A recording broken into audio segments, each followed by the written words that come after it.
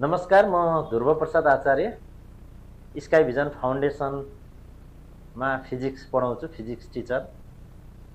अब आज हामी कक्षा 12 को इलेक्ट्रिसिटी एन्ड म्याग्नेटिजम भन्ने च्याप्टर पढ्दैछौँ। यो बहुत इम्पोर्टेन्ट च्याप्टर हो। इलेक्ट्रिसिटी एन्ड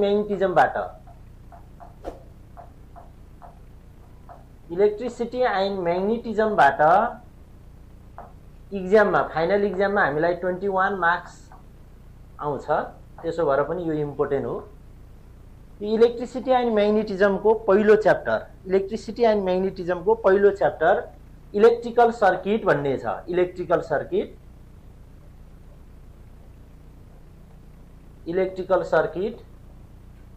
हो। यो इलेक्ट्रिकल सर्किटमा हामीले क्रिप्चर्स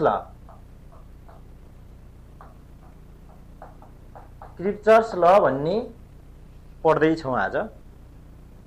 क्रिप्चर्स ल अलिक कम्प्लिकेटेड सर्किटहरूमा करेन्ट, पोटेन्सियल डिफरेन्सहरूको रिलेसन डेभलप गर्न, क्याल्कुलेसन गर्नको लागि हामी अप्लाई गर्छौँ। हामीले यसभन्दा अगाडि कक्षा 11 मा ओम्स ल पढेको थियौँ।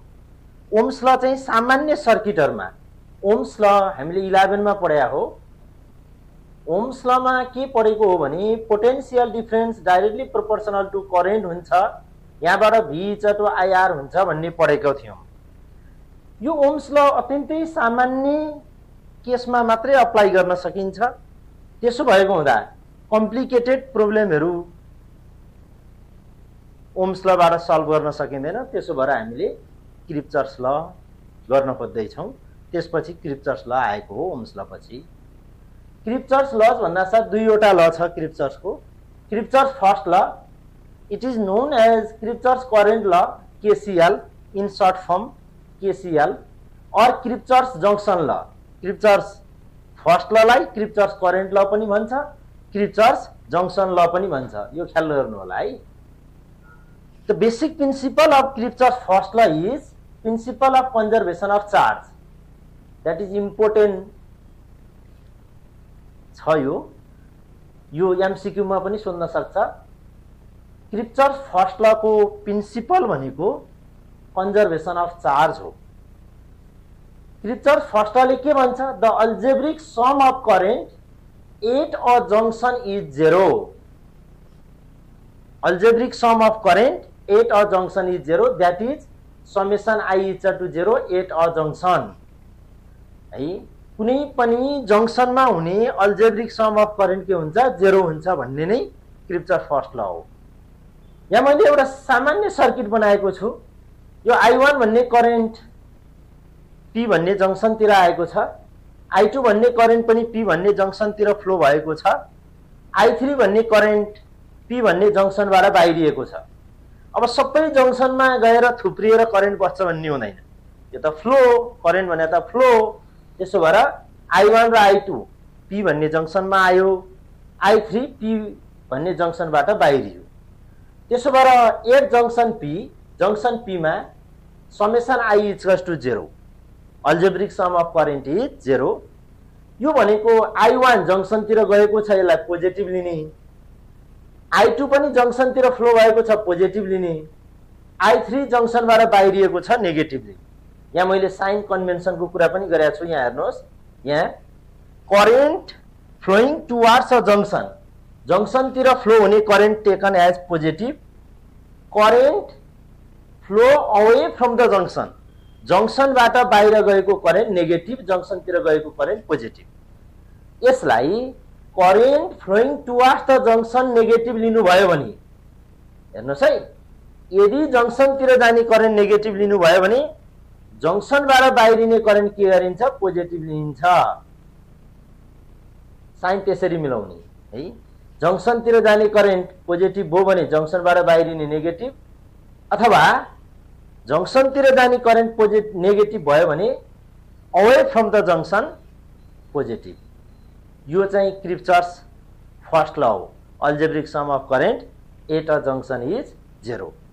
अब यो MCQ तिर अथवा सामान्य सर्किटहरुमा हामीले अप्लाई पनि गर्छौं। जस्तो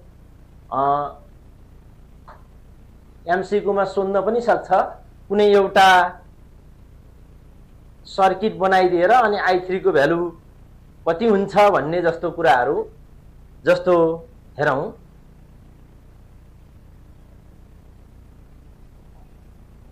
सपोज यहाँ जतिसुकै पनि हुन सक्छ ल हेरौं यहाँबाट एउटा करेन्ट गयो मानौ 2 एम्पियर यो 3 एम्पियर यताबाट 1 एम्पियर बाहिरिएको छ यहाँबाट 4 ampere current flowing towards a junction is 6 ampere then अब यो I भन्ने करेन्ट हुन्छ यो वाट भनेर सोध्न सक्छ यसरी सोध्यो भने हामीले सिम्पली के गर्छौं यो जंक्सन छ जुन यसमा algebraic sum of current is equals to 0 त्यो भनेको जंक्सन तिर जाने करेन्ट 2 एम्पियर यहाँबाट हेरौं जंक्सन तिर गयो पोजिटिभ 3 जंक्सन तिर गयो पोजिटिभ 1 जंक्सन बाट बाहिरियो negative 4 away from junction negative 6 towards a junction positive अनि I away from the junction minus I is equals to 0 यसलाई सल्भ गरेपछि I को भ्यालु आइहाल्छ है यस्तो खालको सामान्य क्वेशनहरु पनि आउन सक्छ यो क्रिप्चर्स first Lama algebraic sum of current 0 गरेको अरु केही गरेको छैन र दोस्रो हो क्रिप्चर्स सेकेन्ड ल अहिले भर्खर हामीले क्रिप्चर्स फर्स्ट ल गर्यौं अब क्रिप्चर्स सेकेन्ड ल क्रिप्चर्स सेकेन्ड ललाई क्रिप्चर्स भोल्टेज ल पनि भन्छ KVL in short form KVL it is also called Kirchhoff's loop or mesh law Kirchhoff's loop और मेश ल भनेको पनि क्रिप्चर्स सेकेन्ड ल नै हो the basic principle of Kirchhoff's second law is conservation of energy एकदम ख्याल गर्नुस् है यो ख्याल गर्नुपर्छ क्रिप्चर्स फर्स्ट ल को प्रिन्सिपल कन्जर्भेसन अफ चार्ज हो क्रिप्चर्स सेकेन्ड ल और भोल्टेज ल भनेको चाहिँ principle of conservation of energy the statement of Kirchhoff's second law is the algebraic sum of EMF the algebraic sum of EMF in a closed loop is equal to the algebraic sum of product of current and resistance or potential difference product of current and resistance भने V potential difference पनि हो the algebraic sum of EMF in a closed loop कुनै closed loop मा हुने algebraic sum of current के सँग बराबर हुन्छ algebraic sum of product of current and resistance that is यहाँ चाहिँ summation E equal to summation IR summation E भनेको EMF is equals to summation I product of current and resistance मैले यो एउटा सर्किट लिए A B C D E F भन्ने यो E1 एउटा EMF source resistance R1 current positive बाट flow हुन्छ भन्ने मान्यता छ त्यसो भएर पोजिटिभ बाट यता फ्लो भएको करेन्ट I1 अनि यो E2 अर्को sale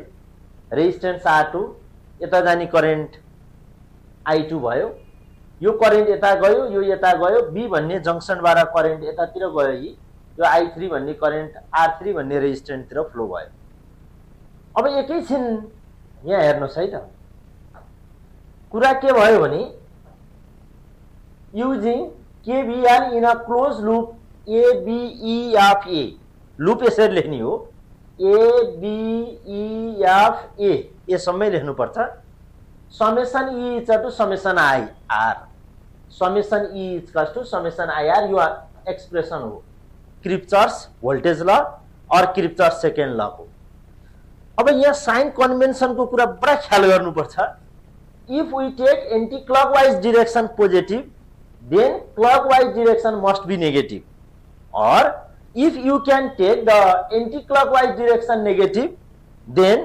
clockwise direction must be positive है clockwise लाई नेगेटिभ लियो भने anti-clockwise positive अथवा clockwise positive भयो भने anti-clockwise negative अब कुन clockwise कुन anti-clockwise अब यो लफडातिर लागिराख्नु पर्दैन हामीले यहाँ हेर्छौं यो कम्प्लिट लूप हेर्छौं यहाँ ख्याल गर्नु होला कम्प्लिट लूप को यो करेन्ट को रोटेसन यसरी हेर्छौं यो पेन्सिलले इन्डिकेट गरे पनि हुन्छ एक्जाममा तपाईहरुले सजिलो हुन्छ यो हो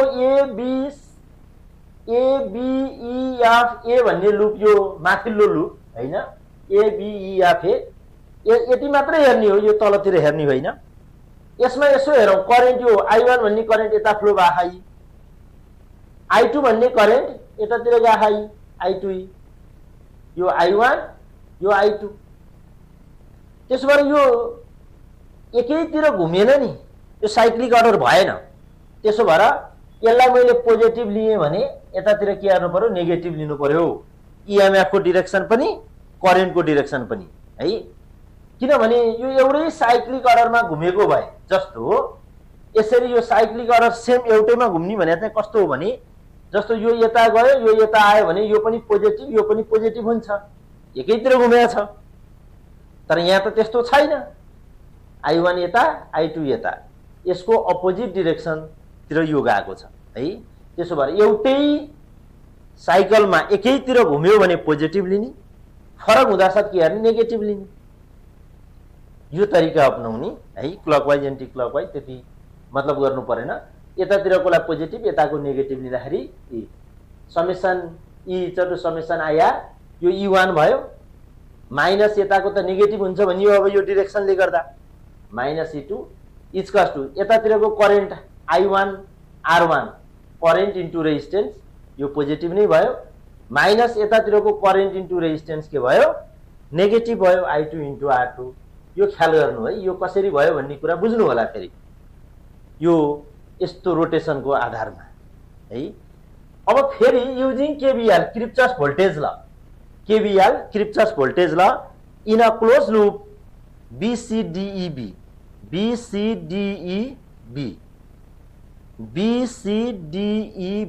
यो लूपमा यहाँ पनि हेर्ने। अब यो करेन्ट यतातिर फ्लो भएको छ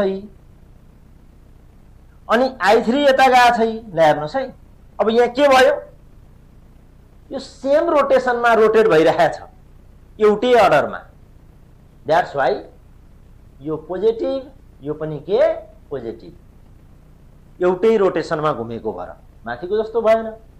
यो यता गयो यो यसरी आयो, एउटै साइकलमा रोटेट गरिसकेपछि दुवै के गर्ने, पोजिटिभ लिने। अब हेर्नुहोस्, त्यसो भने summation E to summation IR यो एक्सप्रेसन भयो। E2 यो लोअर लूपमा मात्रै E2 मात्रै छ EMF, E1 त माथि यो लिन पाइएन, यहाँ E2 मात्रै छ EMF, E2 मात्र लेखियो। इजकस to I2 R2 I2 into R2 यो पोजिटिभ लिने भने यहाँ चाहिँ प्लस I3 इन्टु R3 यो त एउटै रोटेसनमा घुम्या भएर I3 इन्टु R3 पनि के भयो, पोजिटिभ भयो। यो कुरा पनि ख्याल गर्ने है, कसरी आयो भन्ने कुरा हेरौँ है।